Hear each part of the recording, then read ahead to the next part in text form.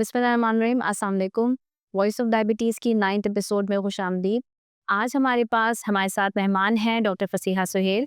She is associate professor of medicine at Ziauddin university and a PhD scholar in molecular medicine. अस्सलाम वालेकुम। Madam, आज का episode होगा lifestyle and diabetes के हवाले से। अच्छा, voice of diabetes is basically in awareness initiative. इसमें हम डायबिटीज़ रिलेटेड डिफरेंट एस्पेक्ट्स के ऊपर बात करके आगाही वो करते हैं। आपका इस बारे में एक इनिशिएटिव के बारे में क्या ख्याल है? देखिए, मैं आपको एक बात बताऊँ, डायबिटीज़ के हवाले से मेरे ख़्याल से जितनी भी बात की जाए वो कम है बेशक। और प्रिवेंटिव मेडिसिन के हवाले से जितनी भी बात की जाए वो कम है। हम इलाज पे तो बहुत बात करते हैं, लेकिन इलाज के आस-पास की जो इम्पोर्टेंट एस्पेक्ट्स हैं, जिसको एज़ अ क्लिनिशियन भी कभी-कभी इग्नोरेंस मिल जाती है, किसी भी लेवल पे उस पे अहमियत नहीं दी जाती। तो आगाही एक ऐसी चीज़ है जो मेरे ख़्याल से किसी भी तर्ज़ ज़िंदगी या किसी भी बीमारी को देखते हुए अगर हम चेंज लाना चाहते हैं ना, तो वहाँ से होना चाहिए। बेशक। और ये इसके हवाले से इतना स्पॉटलाइट भी नहीं किया जाता इसको, इसकी इतनी अहमियत लोग समझ भी नहीं पाते। मेरे ख़्याल है ये एक वैसा इनिशिएटिव जो फार्मेबो की क्रेडिबिलिटी को मज़ीद बढ़ाता है। They are working on prevention along with the cure as well.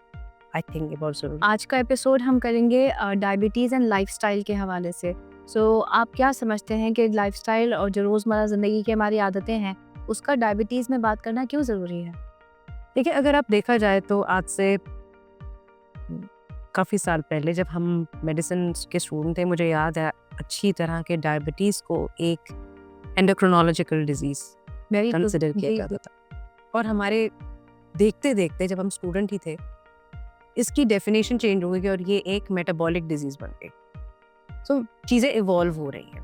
अच्छा, जब चीज़ें इवॉल्व हो रही हैं तो ये चीज़ भी समझ आ रही है कि जो शुगर की बीमारी है, ये एक कॉम्प्लेक्स बीमारी है।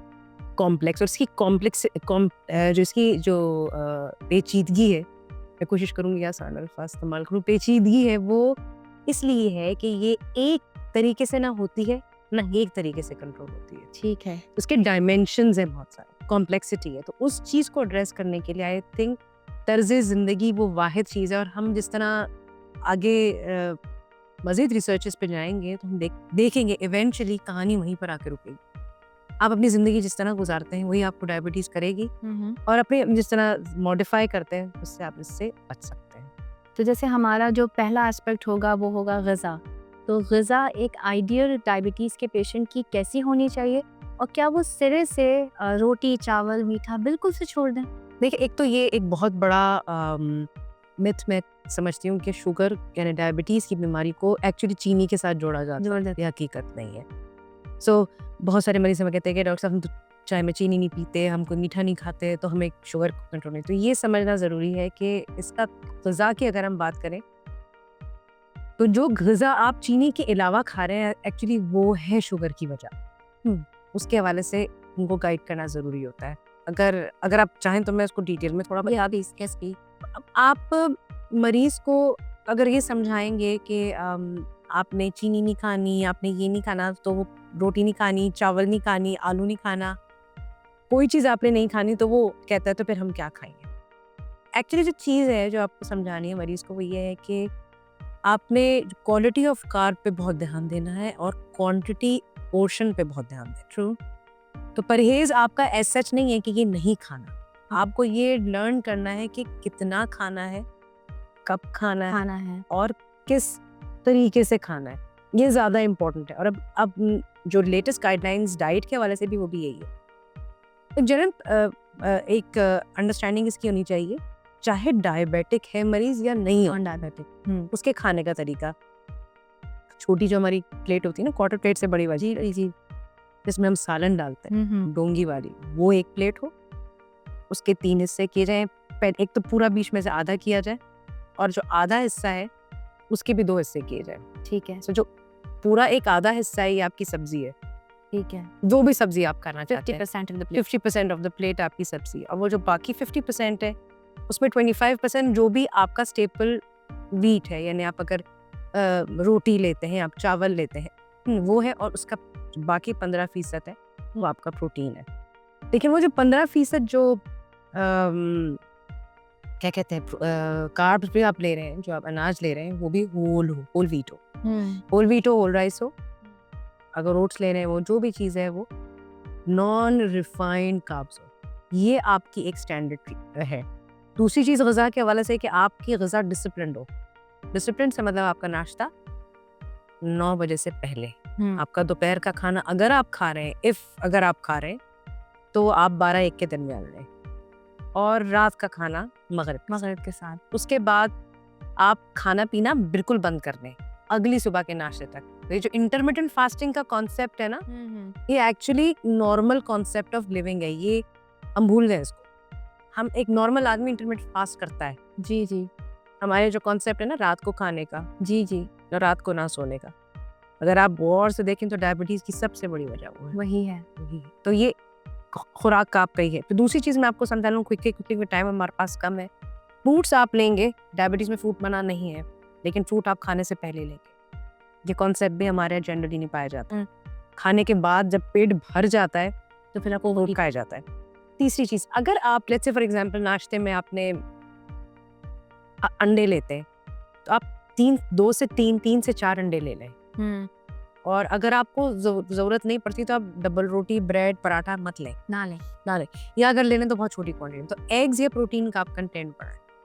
और किसी टाइम अगर आपको भूख नहीं लग रही तो खुदारा वो मील स्किप कर सकते हैं। तो ये कोई पत्थर की लकीर नहीं है कि हमें खाना ही है। ये कुछ चीज़ें हैं जिसके हवाले से अंडरस्टैंडिंग। और सबसे जो ज़बरदस्त बात है जो शुगर के लिए मेरे ख्याल से एक प्रॉपर गाइड भी है, तो हमारी हुजूर सल्लल्लाहु अलैहि वसल्लम की हदीस में कि खाना उस वक्त रोक लो जब भूख खत्म हो जाए, पेट भर के नहीं खाए। अगर आप इन चीज़ों पे चलेंगे तो आप डायबिटिक आदमी को सब कुछ खिलाने के लिए भी छोड़ा जा सकता है। मतलब ज़रूरी कि आप ये भी ना खाएं, ये भी ना खाएं। साल में, महीने में एक दफ़ा अगर आप कहीं शादी पे जा रहे हैं तो एक प्याला खीर खा सकते हैं। आम के मौसम में 2 फांक आम खा सकते हैं।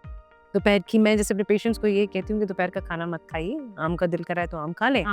और शाम में जो आप वॉक कर रहे हैं, अगर 20 मिनट करते हैं तो 30 मिनट का थोड़ा बढ़ा दें, लेकिन आम खा लें आप।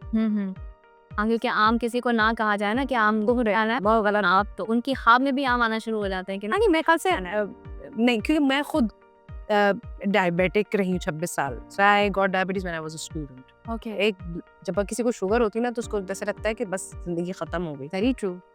और मैंने सोचा भी नहीं था कि मैं शुगर के बाद 26 साल तक जिंदा भी रहूंगी, क्योंकि आप जब स्टूडेंट को आप कहते हैं आपके रीनल भी फेलियर, आग भी चली जाती है, हार्ट भी चला जाता और जब पढ़ रहे होते हैं तो लगता है सब कुछ हमें ही होने वाला है। है। बिल्कुल। तो ये चीज़ें आपके दिमाग में आती हैं, लेकिन फिर आहिस्ते आहिस्ते समझ आती है कि आपका बहुत कुछ लोगों को शुगर होने से उनका क़िबला दुरुस्त होता है, जैसे मेरा हो गया। सही। क़िबला दुरुस्त, सही। आप सही तरफ चले जाते हैं, तो ये अच्छी बात है।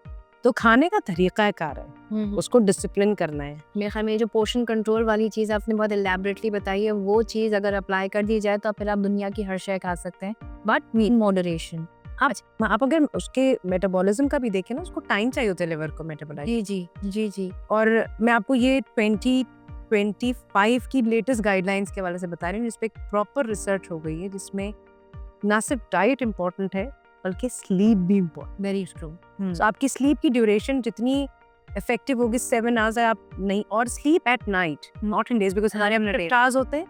बहुत सारे लोग ऑनलाइन काम करते हैं, शिफ्ट्स में काम करते हैं, तो वो सुबह सोते हैं रात को, उनका भी शुगर कंट्रोल नहीं होता है। अच्छा, ये आर्टिफिशियल स्वीटनर्स और ये जो शुगर फ्री टाइप की चीज़ें हैं, इसके बारे में आपका क्या ख्याल है? देखिए, इसमें हर लम्हे नई बात आती है। पहले था कि इट्स ऑल सेफ, फिर आया कि एस्पार्ट के साथ एसोसिएशन है कैंसर की एंड ऑल दैट। फिर उसके बाद ये आया कि ठीक है आप लें, लेकिन एक लेवल तक लें, क्योंकि बहुत सारे दूसरे प्रॉब्लम्स कॉज कर रही है। अलग चीज डायबिटीज़ के अलावा कैंसर उसमें सबसे ऊपर है, और डीजेनरेटिव इश्यूज आ रहे हैं ब्रेन में। सो बेहतर ये रहता है कि आप कोशिश करें ना लें, लेकिन उसमें जो नेचुरल रिसोर्सेज वाले हैं वो फिर भी प्रेफरेंस, अगर बहुत नीड है तो कर लें, अदरवाइज कोशिश करें कि आप अब जैसे बगैर चीनी वाली चीज़ के ऊपर जितने जल्दी शिफ्ट हो सकते हैं उतना जल्दी शिफ्ट हो जाए। चीज़ मैं आपको समझाना चाहिए, जो सबसे इम्पोर्टेंट है, जो सुनने वालों को के लिए सबसे अहमियत रखती है, जब आपका HbA1c 6.5 होता है ना, जब आप शुगर डायग्नोज करते हैं, आपका 80% पैनक्रियाज का बीटा सेल जा चुका होता है। सो एक दौड़ है जो आप कर रहे होते हैं, आगे आगे डायबिटीज, पीछे पीछे मरीज और उसके पीछे डॉक्टर। तो डायबिटीज को रोकना है, डायबिटीज होने से 10 साल पहले हमें इस पे काम करना है, क्योंकि आप गेम लूज कर चुके होते हैं जब आप स्टेडियम में उतरते हैं। ठीक है, सो ये चीज़ जब तक हमारी पब्लिक नहीं अंडरस्टैंड करेगी, then अगर पेरेंट्स दोनों को डायबिटीज़ है, उनके घर ये कंटेंट आना ही नहीं चाहिए। Cold drinks. सॉफ्ट ड्रिंक्स ये, और एक ट्रेंड चेंज हो जाना चाहिए, रात का सोना, ये चीज़ों पे अहमियत नहीं दी जाती। तो जैसे आपने नाश्ते की बात की, तो पहले सबसे पहले तो नाश्ते का होना इम्पोर्टेंट है। आजकल बच्चों को नाश्ता कराना सब मुश्किल। हाँ, तो उसके बाद रात का खाना उसके अंदर ना हो। एग्जैक्टली। अच्छा, हमारे पास ये जो दूसरा फैक्टर है वो है वर्जिश।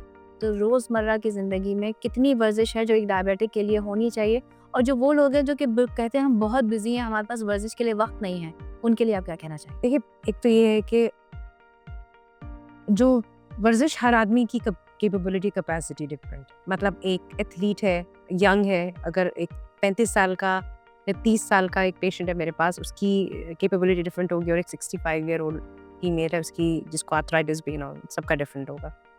उसकी स्टैंडर्डाइजेशन थोड़ी डिफिकल्ट होती है, लेकिन इसका आसान तरीका क्या है, वो ये है कि आप मरीज को ये बताइए कि उसको हफ्ते में 150 मिनट 150 मिनट्स एक्सरसाइज करें जिसमें उसकी सांस फूले।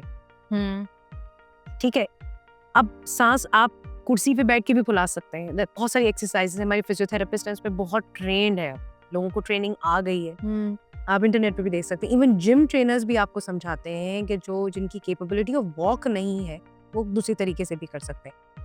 तो दिमाग में ये समझना है कि 150 मिनट एक वीक में, ये जिसमें उसकी सांस फूले, ब्रेथलेस होना जरूरी है, ये हो गया। और लेकिन उसमें जो रिफाइंड लोग हैं जो कर सकते हैं, जिनके अंदर अच्छी जिंदगी गुजार रहे हैं, देखिए शुगर के साथ आपकी क्वालिटी कॉम्प्रोमाइज होती है। मैं इस चीज़ से बहुत अच्छे से गुजरी हूँ, मेरे तीनों बच्चे डायबिटीज़ के साथ हुए। सो यू सी, मतलब life is not the same for a non diabetic and a diabetic person. So ये वो आदमी समझ सकता है जिससे गुजर रहा होता है।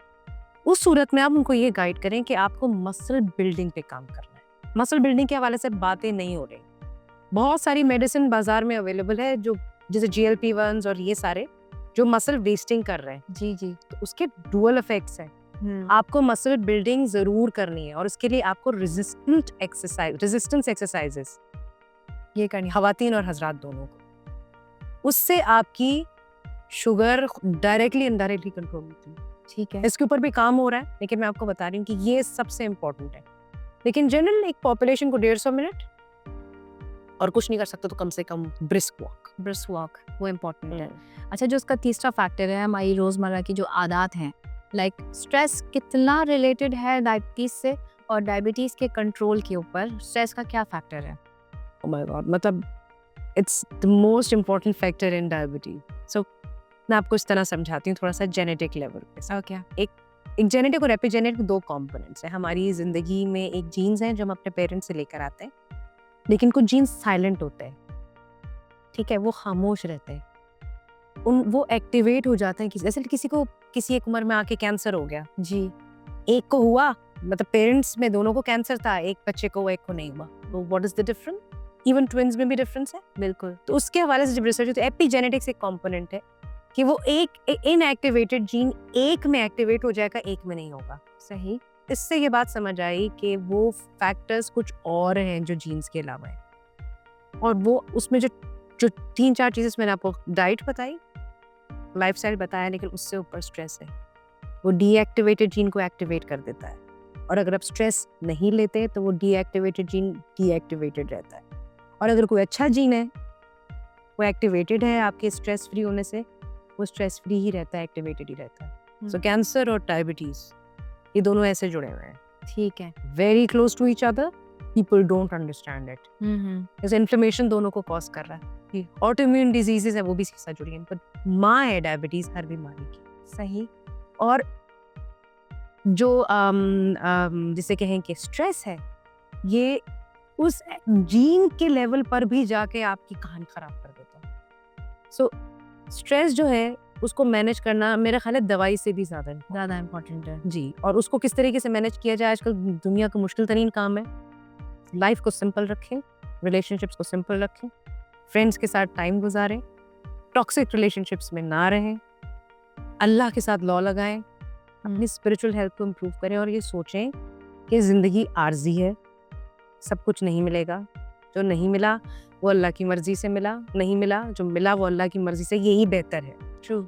और बस सब चीज़ें छोड़ दें और जो छोटी-छोटी खुशियाँ उस पे फोकस ज़्यादा करें। शादी के लिए कपड़े बनाने हैं, 50 लाख रुपए खर्च करना है, इन चीज़ों में हम इतनी जगह फँस गए हैं कि हम वो सिंपल छोटी-छोटी चीज़ें उनको भूल गए। स्कूल भी यही होगा बच्चे का, ये नहीं बना तो क्या होगा? मार्क्स नहीं आया तो क्या है? मतलब कुछ रहा ही नहीं ना ज़िंदगी में सिवाय स्ट्रेस के। कराची में तो मुझे लगता है कि बिल्कुल ही कुछ नहीं रहा। आप सब सुबह आप ट्रैफिक पे भी जाएँ तो स्ट्रेस ऐसा है। सड़क देख लें। We have to go back to our primitive style of living. वो बहुत मुश्किल है लेकिन कोशिश अभी भी लोग करते हैं। मैं आपको बता रही हूँ, जैसे पेशेंट ने डायबिटीज रिवर्स कर लिया, स्ट्रेस रिवर्स कर लिए। You almost answered my next question as well कि मेंटल हेल्थ को इम्प्रूव करने के लिए कोई और टिप्स हैं जो कि आप पेशेंट्स को देना। सारी टिप्स काफ़ी सारी टिप्स दी। अच्छा, एक आपने फैक्टर का जिक्र किया था, नींद। तो नींद का कम होना, क्या ये हमारी बॉडी में स्ट्रेस क्रिएट करेगा और साथ में डायबिटीज खराब करेगा? नींद कब और कितनी होनी चाहिए? देखिए, उसका भी इस तरह 150 मिनट्स हमने बात की, इसकी भी स्टैंडर्डाइजेशन हो गई है। 25 की गाइडलाइंस आप होते हैं 7 hours sleep, night sleep 7 hours night sleep, रात की 7 घंटे की नींद। और वो भी टाइमिंग आपको बता दी उसने, early to sleep, early to rise. So you sleep, midnight तक नहीं सोना, 12 बजे नहीं सोना आपने, 9 साढ़े 9 बजे इशा पढ़ के सो जाते।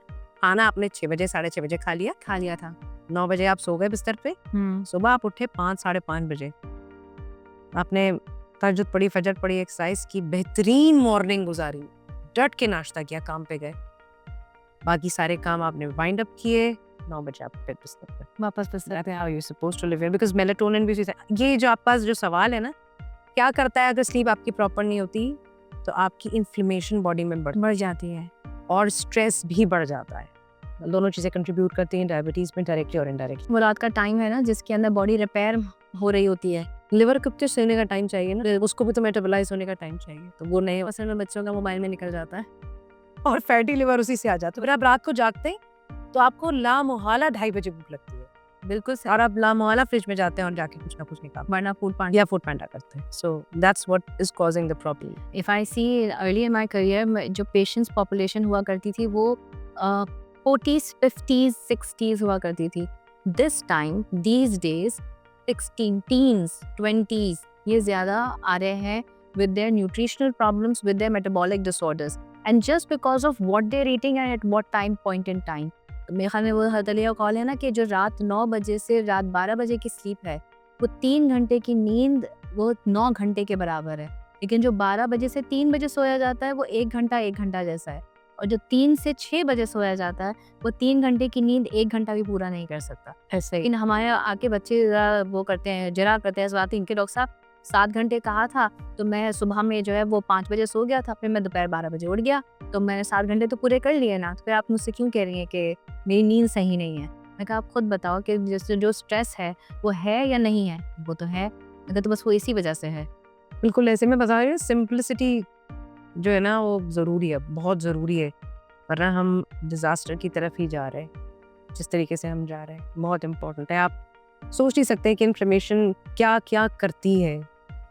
आप थोड़े दिनों बाद आपको इनफर्टिलिटी मिलेगी यंग लोगों में।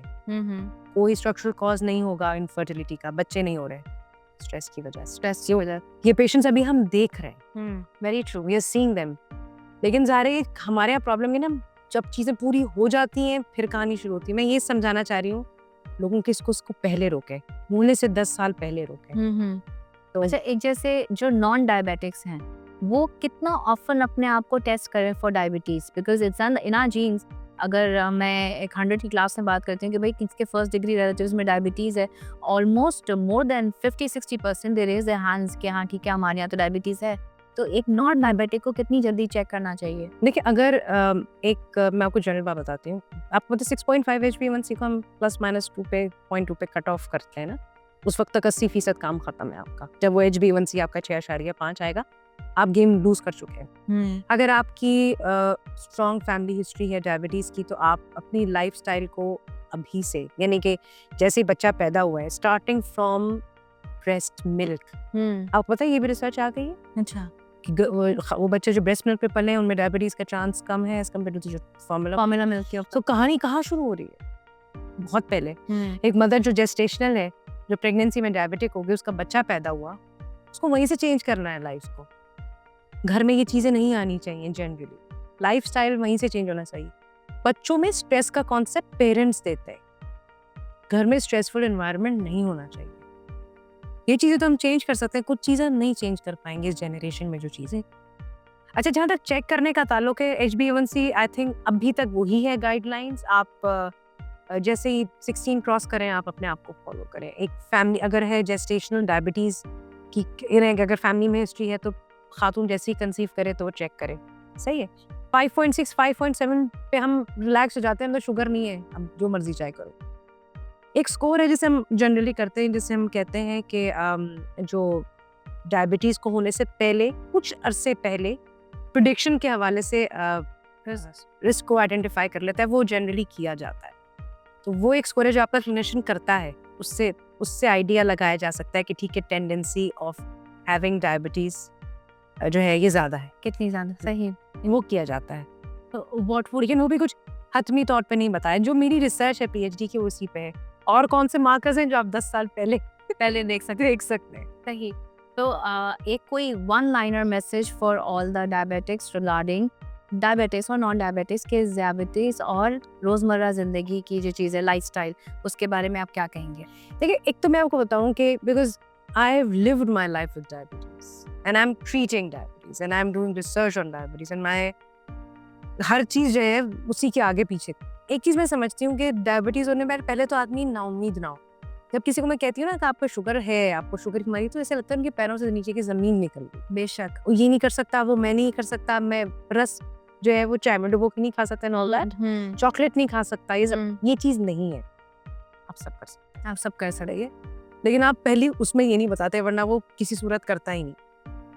एक बात। दूसरी बात ये समझिए कि शुगर होने का मकसद ये है कि मेरा क़िबला दुरुस्त हो रहा है। और क़िबला क्या दुरुस्त हो रहा है? मुझे अपने स्ट्रेस को मैनेज करना है, मुझे अपनी डाइट को मैनेज करना है, मुझे अपने एक्सरसाइज। आप नहीं करते एक्सरसाइज? मतलब मैं अपनी रूटीन देखूं तो मेरी रूटीन में कहाँ एक्सरसाइज, लेकिन है, बिकॉज ये मेरे लिए अहमियत रखती है, अदरवाइज मुझे फालिज हो जाएगा if I don't do it. So मेरी जॉइंट्स चले जाएंगे if I don't do it. तो ये मुझे करना है, इसकी अहमियत है, ये उसको समझाना पड़ता है। जब वो दिमागी तौर पे इस चीज़ को एक्सेप्ट करेगा कि stress, diet, exercise, lifestyle, sleep, ये सब चीज़ें मुझे मैनेज करनी है, तो वो करेगा। इसकी अहमियत सबसे इम्पोर्टेंट है। और होप बहुत ज़रूरी है। होप नहीं, और जो मिथ्स हैं वो मेरे ख्याल से क्लिनिशियन काफ़ी हद तक दूर कर सकते हैं। हमारे काउंसलिंग सेशंस का कोई कॉन्सेप्ट नहीं है up till now, but I think that should be the way forward towards that. और मैं समझती हूँ कि जो गवर्नमेंट लेवल पे बहुत चीज़ें की जा सकती हैं, जैसे स्कैंडिनेवियन कंट्रीज के अंदर उन्होंने बैन कर दिया है फास्ट फूड बच्चों के लिए। बैन यानी कि अगर आप कोई बर्गर लेने जाएंगे तो उसका कॉस्ट इतनी है कि वो खरीदेगा ही नहीं, खरीदेंगे। हमारे यहाँ, बल्कि अमेरिका में देखेंगे, एक्सपेंसिव नहीं है फास्ट फूड। वहाँ अगर आप एक पाव भिंडी लेने जाएं तो उसकी वो कीमत बहुत नहीं, एक्सपेंसिव है जी। तो ये ऊपर से आएगी बात ना। आप अगर अहमियत देंगे इसको, अहमियत दवाइयों से ज़्यादा प्रिवेंशन की है। वो जब चीज़ें होंगी ना तो खुद इंसान करे। हमारे माशाल्लाह पाकिस्तान में एक चीज़ बहुत अच्छी है कि हमारे अभी भी जो सादा खाना है वो सस्ता ही है, तो उस पर फोकस किया जाए तो आई थिंक चीज़ें बेहतर हो जाएंगी इंशाल्लाह। So that was a very heart to heart talk with doctor Fasiha Suhail, लेकिन I think I have enjoyed the episode as much as I think the audience is going to love it. This was our 9th episode with Dr. Fasiha Suhail, and we have talked about diabetes और रोज़मर्रा ज़िंदगी. तो इसमें हमने ज़्यादातर जो बात cover की कि अपनी ग़िज़ा, अपना स्ट्रेस, अपनी वर्जिश, नींद और बहुत सी आदत जो है वो जिनको शुमार करके, उनको ख़ुद से ये करके कि हम ठीक है, हम कहाँ खड़े हैं अपने लिए. जैसे ही पेशेंट और उसके अटेंडेंस इस बारे में आगाह होंगे तो मेरे ख्याल में वो उसके साथ इसको ज़्यादा बेहतर कर सकते हैं. शुक्रिया.